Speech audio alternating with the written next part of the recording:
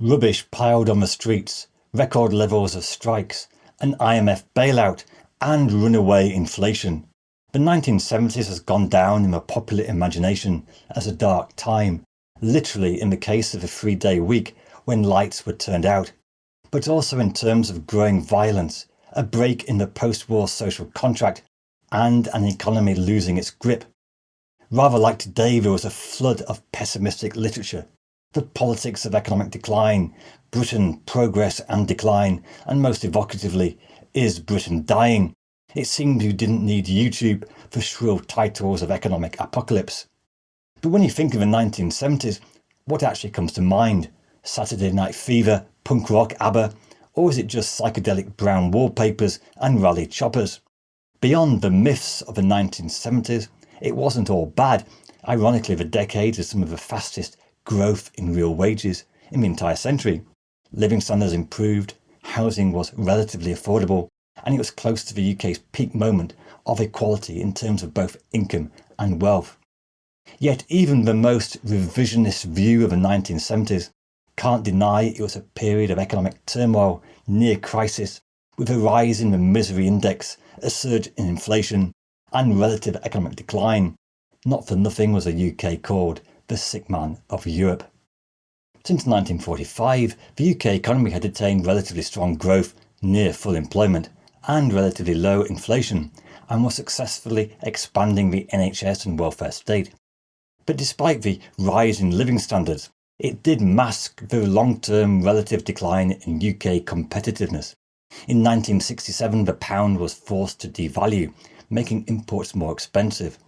But even this devaluation couldn't restore the fortunes of UK industry, which needed more and more devaluation throughout the 1970s. UK industry was bedevilled by several problems.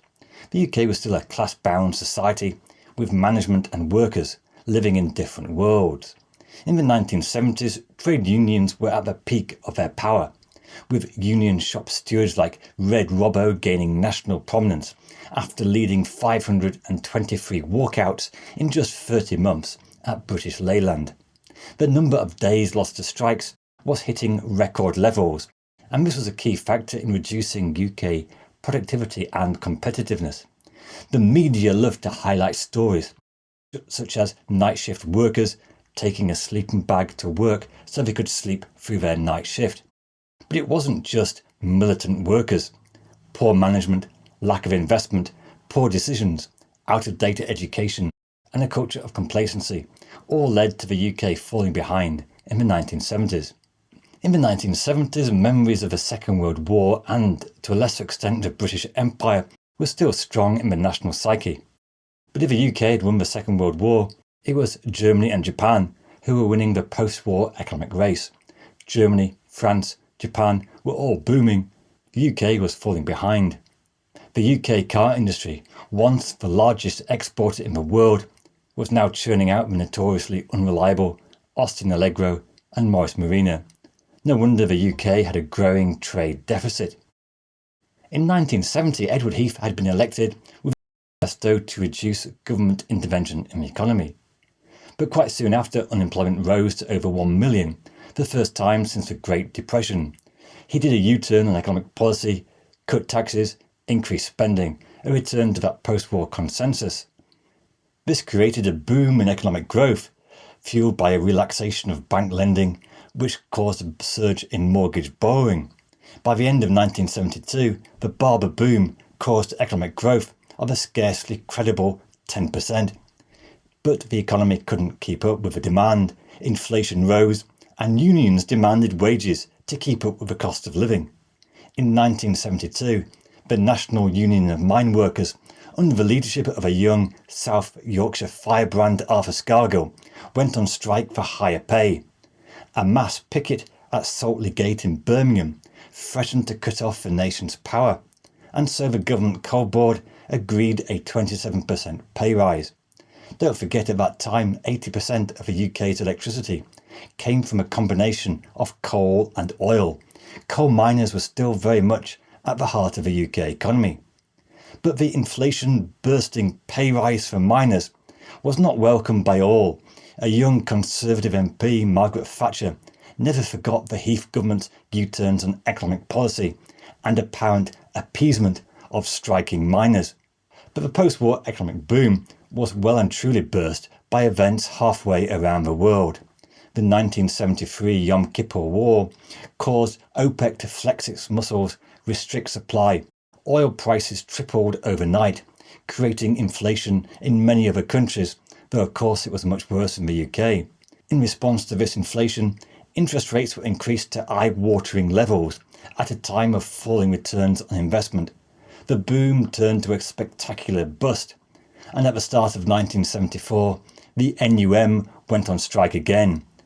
With oil rationed and coal miners on strike, the government had to impose a 3-day week to save power. The lights literally went out in the UK. Britain's two main TV channels, BBC and ITV, had to be turned off at 10:30. Industry could only work 3 days a week. Trying to build support based on antipathy towards unions, the Conservatives called an election with the slogan, "Who governs?" But the electorate returned the response, "Not you, Mr. Heath," and it was Labour who formed a minority government. By October, a second election was held, which Labour very narrowly won, a majority of just 3. But with a darkening economic outlook, a wafer-thin majority proved a mixed blessing. Despite promising an incomes policy and contract with the unions, inflation continued to soar in the mid-1970s to a record-breaking 25%, the highest rate of inflation since the Napoleonic Wars, combined with a trade deficit and high government borrowing. Sterling continued to slide, and in 1976 the UK had to approach the IMF for a bailout. They received $3.9 billion, but on the condition of $2 billion spending cuts and higher interest rates. Once the economic superpower of the world, the UK was now the first advanced country to need an IMF bailout. Actually, the crisis was not quite as bad as it was feared. The Treasury had made overly pessimistic forecasts. Government debt was still on an overall downward trend, half the level of today, and oil revenues were starting to come on tap, a big boon to the balance of payments and the wider economy, though it didn't really kick in until the early 1980s. In fact, it seemed that the Labour Party's income policies were bringing down inflation. But in 1979, a severe winter and efforts to limit pay to just 5% rise caused a further wave of strikes across the country. There were fears of fuel and food shortages, often exaggerated by the media, but at the same time the very visible sight of rubbish piling up was highly evocative. It also led to the first ever strike by grave diggers in Liverpool. Although they only strike for 2 weeks in one city, Liverpool, media reports of dead bodies piling up became emblematic of the era, which seemed characterised by decay, decline, inflation and strikes. 1979 was a record for strikes. 4.5 million people were involved, 29.5 million working days lost. Something was broken. Labour's Not Working was one of the most successful political ad campaigns of the time. Even the Labour PM Jim Callaghan was depressed at the intransigence and militancy of the unions. But it didn't help when returning to Britain he asked, "Crisis? What crisis?" The upcoming winter of discontent led to a big swing from Labour to the first woman to lead a British political party. Margaret Thatcher promised tax cuts, monetarism, lower borrowing, reducing union power, restrictions on the welfare state, but few could anticipate what her legacy would actually be. But whilst the 3-day week, strikes and piles of rubbish make powerful images, it was far from the full story of the 1970s. During the 1970s, house prices rose 400%, from £4,300 to £22,000. Partly this was due to hedging against inflation, but also the deregulation of mortgage lending, which saw more people able to buy a house. Home ownership rates rose considerably in the decade.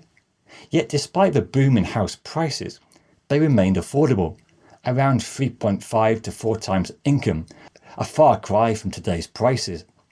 In the 1970s, the UK was still building substantial quantities of council homes, and the councils were even able to increase their housing stock by buying property from the private sector relatively cheaply. And for all the talk of inflation and economic blackouts, the bigger picture of the 1970s is that actually real incomes increased. The number of Britons taking foreign holidays nearly doubled from 4.5 million to 8.4 million. It was bad news for old-fashioned British resorts like Morecambe and Blackpool, but Brits had now developed a taste for a package holiday abroad. Spain, France and Italy, all popular destinations. The rising incomes also caused something of a mini consumer boom. There was a growth in the newfangled supermarkets. Convenience food like chicken Kievs, put it in the oven and it's done in a few minutes, was a real revolution. And then you had the first Walkmans, the first video cassette recorders, and don't forget Star Wars, released in 1978. In fact, if you ask anybody about their childhood in the 1970s, one thing they remark on is a much greater freedom. Get on your rally chopper and roam the streets which weren't completely congested. But there was also an undeniable darker side to the 1970s. Enoch Powell's River of Blood speech in 1968 had split the nation, and there was widespread overt racism. The National Front were a menacing, if somewhat limited, political force. Although ironically the 1970s was also a decade of net zero migration, with more people leaving the UK than coming in. Many felt that Commonwealth countries like Australia and Canada had more opportunities than poor, tired old Britain. The most difficult aspect of the 1970s was the sectarian troubles in Northern Ireland. Bloody Sunday in Derry and the IRA bombings in England created a painful backdrop to a decade of rising sectarian conflict. The Second World War had created a unifying effect, but by the 1970s there was a rise in Celtic nationalism, with the Scottish National Party making important breakthroughs. The old certainties of what the UK was were starting to fray. Now, while some hankered after the old empire and some looked to devolution, another seismic shift was the UK's entry into the EEC in 1973. It was touted as a solution to the UK's economic woes. The main critics were a few on the right like Enoch Powell, but mostly the hard left, under the likes of Tony Benn, who claimed the EEC was a capitalist club which would take away sovereignty and prevent a socialist state bin emerging. 2 years after joining, the Labour PM Harold Wilson held a referendum on the question of whether to stay in or go out. Only 32% voted no, 67% voted yes. A clear answer to the big constitutional change. But what nobody really foresaw is how divisive Europe would become over the next few decades. How did the 1970s change Britain? Inflation and a relative economic decline spelt an end to the so-called post-war Keynesian economic consensus. To many, the power of the unions had become uncomfortably high. Tax rates were very high, and the UK seemed to need radical reform. The mass strikes of the 1970s marked a turning point in industrial relations and UK manufacturing. The UK was the first country to industrialise, but also the first country to deindustrialise. In 1970, manufacturing was 30% of GDP, but by 1980 this had fallen to 23%. But this decline in manufacturing was just the start. It would hollow out former manufacturing regions in the decades to come. It wasn't all decline and doom and gloom. In 1976, Concorde entered service, the first commercial supersonic plane. It was a great technological achievement of British and French engineers. But despite achieving iconic status, it was also a commercial flop, never recovering the millions of government investment. Like Britain in the post-war period, it kind of flattered to deceive. The UK was still building other things though, especially roads everywhere, Spaghetti Junction in Birmingham, and unfortunately many really ugly buildings. Prince Charles quipped the architects of that era were more destructive to city skylines than the Luftwaffe. He did have a point to an extent. Whilst a 3-day week and the winter of discontent created powerful images exploited by a critical media, the apocalyptic predictions of the UK's demise were still overblown. Life actually continued to get better in the 1970s. The 3-day week lasted just 2 months. A more enduring impact of the 1970s was a rising home ownership, rising car ownership, and a rise in the number of foreign holidays. But whatever your view of the 1970s, it did mark a turning point. It was a break in that comfy post-war consensus. It started to unwind many aspects of British economic and political life. There would never be the same consensus again. Despite the success of Queen Elizabeth II's Silver Jubilee in 1977, the UK was starting to fracture. Celtic nationalism, troubles in Northern Ireland, a hesitating embrace of Europe. The political consensus also split. In the late 1960s, a Conservative MP may well have believed in high tax for the rich, a welfare state, and the necessity of full employment. That would become a rare breed in the coming years. The 1970s also split the Labour Party, with the right wing furious at the union militancy, but the increasingly radical left, under the direction of people like Tony Benn and Michael Foot, emboldened by Marxist infiltration. They were also furious at the Labour government's seeming betrayal of the working class and socialist ideals. In the 1979 Richard Dimbleby lecture, Roy Jenkins, then president of the EEC, quoted W.B. Yeats, "The centre cannot hold, the best lack all conviction, and the worst are full of passionate intensity." Perhaps some things don't change, but one undoubted impact of the 1970s is that it set up the stage very nicely for Mrs. Thatcher to launch a counter-revolution. Her free market ideals would make Britain never the same again. So did Thatcher save or break Britain further? This video goes into that fascinating period which followed the 1970s. Thanks for watching. 1970s fascinating period. I was born in 1976, so I don't have much direct experience. I do live here in Cowley, Oxford, speak to some of my old neighbours who used to work at the Cowley factory. Their abiding memories is just how many strikes there were. They found it a bit painful because they got less money, they couldn't work when they wanted to. Anyway, I hope you like this video. Do leave a comment if you have any memories of the 1970s, or don't forget to subscribe too. Anyway, thanks a lot.